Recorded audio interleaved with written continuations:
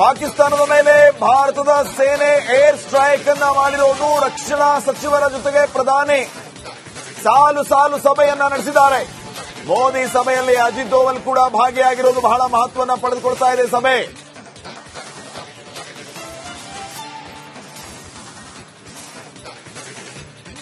ನೋಡಿ, ಪ್ರಧಾನಿ ಮೋದಿ ಅವರು ಸಾಲು ಸಾಲು ಸಭೆಯನ್ನ ನಡೆಸಿರುವಂತಹ ದೃಶ್ಯಗಳನ್ನ ತಾವು ಗಮನಿಸ್ತಾ ಇದ್ದೀರಿ. ಸೇನಾ ಮುಖ್ಯಸ್ಥರು, ರಕ್ಷಣಾ ಸಚಿವ ರಾಜನಾಥ್ ಸಿಂಗ್, ರಾಷ್ಟ್ರೀಯ ಭದ್ರತಾ ಸಲಹೆಗಾರ ಅಜಿತ್ ದೋವಲ್ ಇವರೆಲ್ಲರೂ ಕೂಡ ಈ ಸಭೆಯಲ್ಲಿ ಭಾಗಿಯಾಗಿರೋದು ಬಹಳ ಮಹತ್ವವನ್ನು ಪಡೆದುಕೊಳ್ತಾ ಇದೆ. ನಿರಂತರವಾಗಿ ಈಗಾಗಲೇ ನಾವು ಗಮನಿಸಿದ್ದೀವಿ, ಕಳೆದ 2-3 ದಿನಗಳಿಂದ ಯಾವ ರೀತಿ ಮ್ಯಾರಥಾನ್ ಮೀಟಿಂಗ್ಗಳಾಗ್ತಾ ಇದೆ. ಸಿಡಿಎಸ್ ಸೇನಾ ಮುಖ್ಯಸ್ಥರುಗಳು ರಕ್ಷಣಾ ಸಚಿವರ ಜೊತೆಗೆ ಸಭೆಯನ್ನ ಮಾಡೋದು, ತದನಂತರ ಪ್ರಧಾನಿ ಮೋದಿ ಅವರ ಜೊತೆಗೂ ಕೂಡ ಸಭೆ ಮಾಡೋದು. ಇವತ್ತು ಕೂಡ ಸೇನಾ ಮುಖ್ಯಸ್ಥರುಗಳ ಜೊತೆಗೆ 3 ಪಡೆಯ ಸೇನಾ ಮುಖ್ಯಸ್ಥರುಗಳ ಜೊತೆಗೆ ಸಭೆ ಇತ್ತು. ಸಭೆ ಬಹಳ ಮಹತ್ವವನ್ನು ಪಡೆದುಕೊಂಡಿದ್ದು. ಈಗ ತಾವು ಗಮನಿಸ್ತಾ ಇರುವಂತಹ ದೃಶ್ಯ, ಸೇನಾ ಮುಖ್ಯಸ್ಥರು, ಪ್ರಧಾನಿ ಮೋದಿ ಅವರು, ರಕ್ಷಣಾ ಸಚಿವ ರಾಜನಾಥ್ ಸಿಂಗ್ ಮತ್ತು ರಾಷ್ಟ್ರೀಯ ಭದ್ರತಾ ಸಲಹೆಗಾರ ಅಜಿತ್ ದೋವಲ್ ಅವರ ಸಮ್ಮುಖದಲ್ಲಿ ಎಲ್ಲಾ ರೀತಿಯ ಮಾಹಿತಿಯನ್ನ ಪಡಿತಾ ಇದ್ದಾರೆ. ಸದ್ಯ ಏನ್ ಪರಿಸ್ಥಿತಿ ಇದೆ, ಮುಂದೆ ಏನ್ ಕ್ರಮ ಕೈಗೊಳ್ಳುವುದು, ಯಾವ ರೀತಿ ರಿಯಾಕ್ಷನ್ಸ್ ಬರ್ತಾ ಇದೆ, ಈ ಎಲ್ಲಾ ವಿಚಾರಗಳ ಬಗ್ಗೆ ಮುಖ್ಯವಾದಂತಹ ಚರ್ಚೆ. ಸದ್ಯಕ್ಕೆ ಈ ರೀತಿಯ ಮೀಟಿಂಗ್ಗಳ ಅಗತ್ಯ ಬಹಳ ಇದೆ. ಈ ರೀತಿಯ ಮೀಟಿಂಗ್ಗಳು ಹೆಚ್ಚು ಕುತೂಹಲಕ್ಕೆ ಕಾರಣ ಆಗುತ್ತೆ. ಇದರ ಜೊತೆಗೆ ಪಾಕಿಸ್ತಾನದ ವಿರುದ್ಧ ಆಪರೇಷನ್ಸ್ ಇನ್ನೂ ಸ್ಟ್ರಾಂಗ್ ಆಗುತ್ತಾ, ಪೂರ್ಣ ಪ್ರಮಾಣದ ಯುದ್ಧವನ್ನ ಘೋಷಣೆ ಮಾಡುವಂತ ಸಾಧ್ಯತೆ ಇದೆಯಾ, ಈ ನಿಟ್ಟಿನಲ್ಲಿ ಭಾರತ ಯೋಜಿಸ್ತಾ ಇದೆಯಾ, ಈ ಎಲ್ಲಾ ವಿಚಾರಗಳ ಬಗ್ಗೆ ಈ ಮೀಟಿಂಗ್ ಭಾರಿ ಚರ್ಚೆಯನ್ನ, ಮಹತ್ವವನ್ನ ಪಡೆದುಕೊಳ್ತಾ ಇದೆ. ಇದರ ಜೊತೆಗೆ ಹಲವು ನಿರೀಕ್ಷೆಗಳಿಗೂ ಕೂಡ ಈ ಮೀಟಿಂಗ್ ಕಾರಣ ಆಗುತ್ತೆ. ಪ್ರಧಾನಿ ಮೋದಿ ಅವರ ನಿರ್ಧಾರ ಏನು, ಮಿಲಿಟರಿ ಅಧಿಕಾರಿಗಳಿಗೆ ಕೊಟ್ಟ ಸೂಚನೆ ಏನು, ಮುಂದೆ ಯಾವ ರೀತಿಯ ಆಪರೇಷನ್ಸ್ ನಮ್ಮ ಮಿಲಿಟರಿ ಸ್ಟಾಫ್ ಇಂದ ಆಗುತ್ತೆ, ಇವೆಲ್ಲವೂ ಕೂಡ ಸಹಜವಾಗಿ ಈ ಮೀಟಿಂಗ್ ನಿಂದ ನಾವು ಮಾಡ್ತಾ ಇರುವಂತಹ ನಿರೀಕ್ಷೆ. ಸಾಫ್ಟ್ ಕಾರ್ನರ್ ಸಾಕು, ಹೊಡೆದು ಹಾಕಬೇಕು ಅನ್ನುವಂತ ಆಗ್ರಹಗಳು ಕೇಳಿ ಬರ್ತಾ ಇದೆ. ಈ ಮಧ್ಯೆ ಪಾಕಿಸ್ತಾನ್ ಪ್ರವೋಕ್ ಮಾಡುವಂತ ಕೆಲಸವನ್ನ ಮಾಡ್ತಾ ಇದೆ.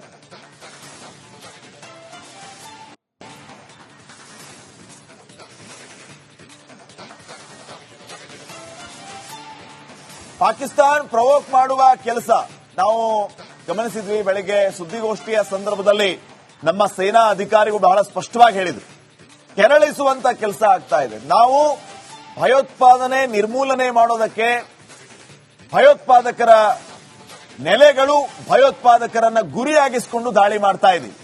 ಆದರೆ ಪಾಕಿಸ್ತಾನ್ ನಮ್ಮ ನಾಗರಿಕರ ಮೇಲೆ ದಾಳಿ ಮಾಡುವಂತ ಕೆಲಸವನ್ನ ಮಾಡ್ತಾ ಇದೆ, ನಮ್ಮನ್ನ ಕೆರಳಿಸುವಂತಹ ಕೆಲಸ ಆಗ್ತಾ ಇದೆ. ಪ್ರವೋಕ್ ಮಾಡಿದರೆ ಫಲಿತಾಂಶ, ಅದರ ಪರಿಣಾಮ ಭಾರಿ ದುಬಾರಿಯಾಗಿರುತ್ತೆ. ಇದು ನೇರವಾಗಿ ಕೊಟ್ಟಂತಹ ಎಚ್ಚರಿಕೆ. ಇದ್ರ ಮೇಲೆ ಪಾಕಿಸ್ತಾನದ ನಡೆ ಏನಾದರೂ ಬದಲಾಗುತ್ತಾ, ಅಥವಾ ತನ್ನ ನರಿ ಬುದ್ಧಿಯನ್ನ, ತನ್ನ ಕುತಂತ್ರ ಬುದ್ಧಿಯನ್ನ ಮುಂದುವರಿಸುತ್ತಾ? ಇದೇ ರೀತಿ ಆ ನರಿ ಬುದ್ಧಿ ಮುಂದುವರೆದರೆ, ಸೀಸ್ ಫೈರ್ ಕಂಟಿನ್ಯೂಸ್ ಆಗಿ ಉಲ್ಲಂಘನೆ ಆಗ್ತಾ ಇದ್ರೆ, ಮುಂದೆ ಪಾಕಿಸ್ತಾನಕ್ಕೆ ಯಾವ ರೀತಿಯ ಪಾಠ ಕಲಿಸಬೇಕು? ಡ್ರೋನ್ ದಾಳಿ ಮಾಡ್ತಾನೆ ಇದೆ, ಶೆಲ್ ದಾಳಿ ಆಗ್ತಾನೆ ಇದೆ, ಫೈಟರ್ ಜೆಟ್ಗಳ ಮೂಲಕ ಅಟ್ಯಾಕ್ ಮಾಡುವಂತ ಪ್ರಯತ್ನಗಳಾಗ್ತಾ ಇದೆ. ಅಮೃತ್ಸರ್, ಶಂಭು ಟೆಂಪಲ್ ಇತ್ಯಾದಿ ಜನನಿಬಿಡ ಪ್ರದೇಶಗಳನ್ನ ಟಾರ್ಗೆಟ್ ಮಾಡ್ಕೊಂಡು ಹೊಡೆಯುವಂತ ಕೆಲಸ ಆಗ್ತಾ ಇದೆ. ಆದರೆ ಒಂದು ಖುಷಿಯ ವಿಚಾರ, ಸಮಾಧಾನದ ವಿಚಾರ ಏನಂತಂದ್ರೆ, ಒಂದೇ ಒಂದು ಅಟೆಂಪ್ಟ್ ಅನ್ನ, ಪಾಕಿಸ್ತಾನದ ಒಂದೇ ಒಂದು ಅಟೆಂಪ್ಟ್ ಅನ್ನ ಸಕ್ಸಸ್ ಮಾಡೋದಕ್ಕೆ ಬಿಟ್ಟಿಲ್ಲ ಇಂಡಿಯನ್ ಆರ್ಮಿ. ಅದು ನಮ್ಮ ಹೆಮ್ಮೆ ಮತ್ತು ಹೆಗ್ಗಳಿಕೆ. ಹೀಗೆ ಡ್ರೋನ್ ಲಾಂಚ್ ಆಗ್ತಾ ಇದ್ದಂತೆ ಅವುಗಳನ್ನ ಹೊಡೆಯುವಂತ ಕೆಲಸ ಆಗ್ತಾ ಇದೆ. ಹೀಗೆ ಫೈಟರ್ ಜೆಟ್ ಬರ್ತಾ ಇದ್ದಂಗೆ, ನಮ್ಮ ವಾಯು ನೆಲೆಯನ್ನ ಪ್ರವೇಶ ಮಾಡ್ತಾ ಇದ್ದಂಗೆ ಅಂತಂತ ದೈತ್ಯ ಫೈಟರ್ ಜೆಟ್ಗಳನ್ನ ಹೊಡೆದುರುಳಿಸುವಂತ ಕೆಲಸ ಭಾರತೀಯ ಸೇನೆಯಿಂದ ಆಗ್ತಾ ಇದೆ. ವೀಕ್ಷಕರೇ, ಇವತ್ತು ಬರೋಬ್ಬರಿ 3 ಫೈಟರ್ ಜೆಟ್ಗಳನ್ನ ಭಾರತೀಯ ಸೇನೆ ಉಡೀಸ್ ಮಾಡಿದೆ. ಈಗಾಗಲೇ ಸಾಕ್ಷಿ ಸಮೇತ ಭಾರತೀಯ ಸೇನೆ ಪ್ರೆಸ್ ಮೀಟ್ ನಲ್ಲಿ ವಿತ್ ಎವಿಡೆನ್ಸ್ ಎಲ್ಲಾ ವಿಜುವಲ್ಸ್ ಅನ್ನ ತೋರಿಸಿದೆ. ಎಲ್ಲೆಲ್ಲಿ ಫೈಟರ್ ಜೆಟ್ಗಳನ್ನ ಹೊಡೆದುರುಳಿಸಲಾಗಿದೆ, ಡ್ರೋನ್, ಕ್ಷಿಪಣಿ, ಹಾಗೇನೆ ಏನೆಲ್ಲ ವಿಫಲ ಮಾಡಲಾಗಿದೆ, ಜೊತೆಗೆ ಏನೆಲ್ಲ ಪುಡಿ ಮಾಡಲಾಗಿದೆ, ಅವುಗಳನ್ನ ಪ್ರೆಸ್ ಮೀಟ್ ನಲ್ಲಿ ಜಗತ್ತಿನ ಮುಂದೆ ಭಾರತೀಯ ಸೇನೆ ಇಡ್ತು. ಸೊ ಸದ್ಯ ಈ ಎಲ್ಲಾ ಬೆಳವಣಿಗೆ ಆಗ್ತಾ ಇರುವ ಹಿನ್ನೆಲೆ ಪ್ರಧಾನಿ ಮೋದಿ ಅವರಿಗೂ ಕೂಡ ಈ ವಿಚಾರವನ್ನ ಬ್ರೀಫ್ ಮಾಡಲಾಗಿರುತ್ತೆ. ಈ ರೀತಿ ಬೆಳವಣಿಗೆ ಆಗ್ತಾ ಇದೆ, ಇಂತಿಂತಲ್ಲಿ ಕಡೆ ಪಾಕಿಸ್ತಾನ ಅಟ್ಯಾಕ್ ಮಾಡ್ತಾ ಇದೆ, ಆ ಅಟ್ಯಾಕ್ಗೆ ಕೌಂಟರ್ ಅಟ್ಯಾಕ್ ನಮ್ಮಿಂದ ಆಗ್ತಾ ಇದೆ, ಅವರು ನಾಗರಿಕರನ್ನ ಟಾರ್ಗೆಟ್ ಮಾಡ್ತಾ ಇದ್ದಾರೆ, ನಾವು ಎಲ್ಲರನ್ನ ಸೇಫ್ ಮಾಡುವಂತ ಕೆಲಸ ಮಾಡ್ತಾ ಇದ್ದೀವಿ, ನಮ್ಮ ಟಾರ್ಗೆಟ್ ಟೆರರಿಸಂ, ಆದ್ರೆ ಅವರ ಟಾರ್ಗೆಟ್ ಸಿವಿಲಿಯನ್ಸ್ ಮೇಲೆ ಅವರು ಅಟ್ಯಾಕ್ ಮಾಡ್ತಾ ಇದ್ದಾರೆ. ಇದನ್ನ ನಾವು ಹೇಗೆ ತಡೆಗಟ್ಟಬೇಕು? ಸೊ ಇವೆಲ್ಲವನ್ನೂ ಗಮನಿಸ್ತಾ ಇರುವಂತಹ ಪ್ರಧಾನಿ ಮೋದಿ ಅವರು ಪೂರ್ಣ ಪ್ರಮಾಣದ ಯುದ್ಧವನ್ನ ಘೋಷಣೆ ಮಾಡ್ತಾರಾ? ರಾಷ್ಟ್ರಪತಿಗಳ ಗಮನಕ್ಕೆ ಬರಬೇಕು ಆಸ್ ಪರ್ ಲಾ. ಅದಾದ ನಂತರ ರಾಷ್ಟ್ರೀಯ ತುರ್ತು ಪರಿಸ್ಥಿತಿ ಅಂತ ಅನೌನ್ಸ್ ಮಾಡಬೇಕಾಗುತ್ತೆ, ಅದೆಲ್ಲ ಆಸ್ ಪರ್ ಲಾ. ಬಟ್ ಸದ್ಯಕ್ಕೆ ಅಪ್ ಟು ಪ್ರಧಾನಿ ಮೋದಿ ಇವರು ಏನ್ ನಿರ್ಧಾರ ತಗೋತಾರೆ, ಪಾಕಿಸ್ತಾನದ ವಿರುದ್ಧ ದಿಟ್ಟ ಕ್ರಮ ಕೈಗೊಳ್ಳುವ ನಿಟ್ಟಿನಲ್ಲಿ ಯಾವ ರೀತಿಯ ನಿರ್ಧಾರಗಳನ್ನ ಕೇಂದ್ರ ಸರ್ಕಾರ ತೆಗೆದುಕೊಳ್ಳುತ್ತೆ ಅನ್ನುವಂಥದ್ದು ಈಗ ಬಹಳ ಮಹತ್ವವನ್ನ ಪಡೆದುಕೊಳ್ಳುತ್ತೆ. ಹೀಗಾಗಿ ಈಗ ಸೇರಿರುವಂತಹ ಈ ಎಲ್ಲಾ ಸೇನಾ ಮುಖ್ಯಸ್ಥರು, ರಾಷ್ಟ್ರೀಯ ಭದ್ರತಾ ಸಲಹೆಗಾರ ಅಜಿತ್ ದೋವಲ್, ಪ್ರಧಾನಿ ಮೋದಿ ಅವರ ನೇತೃತ್ವದಲ್ಲಿ, ಇವನ್ ರಕ್ಷಣಾ ಸಚಿವ ರಾಜನಾಥ್ ಸಿಂಗ್, ಇವರೆಲ್ಲರೂ ಕೂಡ ಏನ್ ಸೇರಿದ್ದಾರೆ, ಏನೋ ಒಂದು ದೊಡ್ಡ ಪ್ರಮಾಣದ ಪ್ಲಾನ್ ನಡೆದಿದೆ. ಪಾಕಿಸ್ತಾನಕ್ಕೆ ಮಾರಿ ಹಬ್ಬ ಕಾದಿದೆ. ಇವತ್ತು ಅನೇಕ ಎಕ್ಸ್ಪರ್ಟ್ಸ್ಗಳು ಕೂಡ ನಮ್ಮ ಜೊತೆಗೆ ಮಾತಾಡ್ತಾ ಇದ್ರು. ಮ್ಯಾಕ್ಸಿಮಮ್ ಇವತ್ತು ರಾತ್ರಿಯವರೆಗೂ ಒಂದು ದೊಡ್ಡ ನಿರ್ಧಾರವನ್ನ ಘೋಷಣೆ ಮಾಡುವ ಸಾಧ್ಯತೆ ಇದೆ ಅಂತ ಹೇಳಲಾಗ್ತಾ ಇದೆ. ಅಲ್ಲಿಗೆ ಪಾಕಿಸ್ತಾನದ ಮೇಲೆ ಪೂರ್ಣ ಪ್ರಮಾಣದ ಯುದ್ಧವನ್ನ ಘೋಷಣೆ ಮಾಡಬಹುದಾ? ಪೂರ್ಣ ಪ್ರಮಾಣದ ಯುದ್ಧ ಘೋಷಣೆ ಮಾಡಿದ್ರೆ ಪಾಕಿಸ್ತಾನ್ ಭಾರತದ ಏಟನ್ನ ತಡ್ಕೋಬಹುದಾ? ಯಾಕಂದ್ರೆ ಇನ್ನೂ ಕೂಡ ಯುದ್ಧ ಅನೌನ್ಸ್ ಆಗಿಲ್ಲ. ಭಯೋತ್ಪಾದಕರನ್ನ ಟಾರ್ಗೆಟ್ ಮಾಡಿಕೊಂಡು ಹೊಡೆಯುವಂತ ಕೆಲಸ ಆಗ್ತಾ ಇದೆ. ಅಷ್ಟಕ್ಕೆ ಪಾಕಿಸ್ತಾನ್ ಈಗಾಗಲೇ ಸಾಲ ಮಾಡಿಕೊಂಡಿದೆ. 2 ದಿನಕ್ಕೆ ಸಾಲ 19,000 ಕೋಟಿ ಇಂಟರ್ನ್ಯಾಷನಲ್ ಮಾನಿಟರಿ ಫಂಡ್ ಅಲ್ಲಿ ಮನವಿಯನ್ನ ಮಾಡಿಕೊಂಡ್ರು. ಈ ಕಡೆ ನಮ್ಮ ಭಾರತ ಕೂಡ ಮನವಿಯನ್ನ ಮಾಡಿಕೊಳ್ತು, ಯಾವುದೇ ಕಾರಣಕ್ಕೂ ಪಾಕಿಸ್ತಾನಕ್ಕೆ ಸಾಲ ಕೊಡಬೇಡಿ, ಕಾರಣ ನೀವು ಕೊಡೋ ದುಡ್ಡನ್ನ ಅವರು ಭಯೋತ್ಪಾದನೆಗೆ ಯೂಸ್ ಮಾಡ್ತಾರೆ, ಹೀಗಾಗಿ ಸಾಲ ಕೊಡಬೇಡಿ ಅಂತ ಕೇಳಿಕೊಡ್ತು. ಭಾರತದ ವಿರೋಧದ ನಡುವೆಯೂ ಪಾಕಿಸ್ತಾನಕ್ಕೆ 19,000 ಕೋಟಿ ರೂಪಾಯಿ ಸಾಲ ಮಂಜೂರಾಗಿದೆ. ಮತ್ತೆ ಪಾಕಿಸ್ತಾನ್ ಬಾಲ ಬಿಸ್ತು, ಮತ್ತೆ ನಮ್ಮನ್ನ ತಡೆಯೋರು ಯಾರು? ಅರೆ 2 ದಿನದ ಕೆಲಸ ನಿಮ್ದು.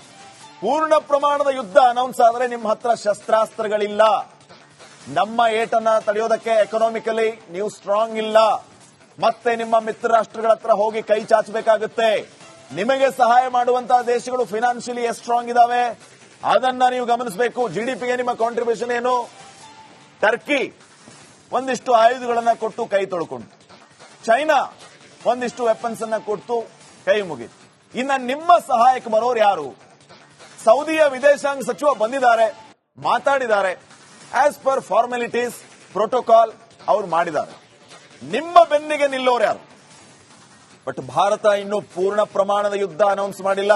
ನಾನು ಯಾಕೆ ಈ ವಿಚಾರವನ್ನ ಪದೇ ಪದೇ ಹೇಳ್ತಾ ಇದ್ದೀನಿ ಅಂತಂದ್ರೆ, ಇದು ಭಯೋತ್ಪಾದನೆ ನಿರ್ಮೂಲನೆ, ಭಯೋತ್ಪಾದಕತೆಯನ್ನ ಅಳಿಸಿ ಹಾಕೋದಕ್ಕೆ ಮಾಡ್ತಾ ಇರುವಂತ ಆಪರೇಷನ್. ಕಂಪ್ಲೀಟ್ ಪಾಕಿಸ್ತಾನದ ಮೇಲೆ ಯುದ್ಧ ಅನೌನ್ಸ್ ಆದರೆ 2-3 ದಿನದಲ್ಲಿ ಕಾಮ್ ತಮಾಮ್, ಖೇಲ್ ಖತಮ್. ಈ ರೀತಿಯ ಸನ್ನಿವೇಶಕ್ಕೆ ನಾವು 100ಕ್ಕೆ 100ರಷ್ಟು ಸಾಕ್ಷಿಯಾಗ್ತೀವಿ. ವಿಜಯೋತ್ಸವವನ್ನು ಆಚರಿಸ್ತೀವಿ, ಅದರಲ್ಲಿ ಯಾವುದೇ ರೀತಿಯ ಸಂಶಯ ಬೇಡ. ಸೊ ಪ್ರಧಾನಿ ಮೋದಿ ಅವರ ನಿರ್ಧಾರ ಇದೇ ನಿಟ್ಟಿನಲ್ಲಿ ಸಾಗುತ್ತಾ? ಪಾಕಿಸ್ತಾನದ ಮೇಲೆ ಯುದ್ಧವನ್ನ ಅನೌನ್ಸ್ ಮಾಡುವಂತ ಕೆಲಸ ಆಗುತ್ತಾ, ಅಥವಾ ಈಗ ನಡೀತಾ ಇರುವಂತಹ ಈ ಆಪರೇಷನ್ ಸಿಂಧೂರ ಕಾರ್ಯಾಚರಣೆ ಇನ್ನಷ್ಟು ಚುರುಕಾಗತ್ತಾ? ಇನ್ನಷ್ಟು ಟಾರ್ಗೆಟ್ಗಳನ್ನ ಮಾಡಿಕೊಂಡು ಈಗ ಎಲ್ಲೆಲ್ಲಿ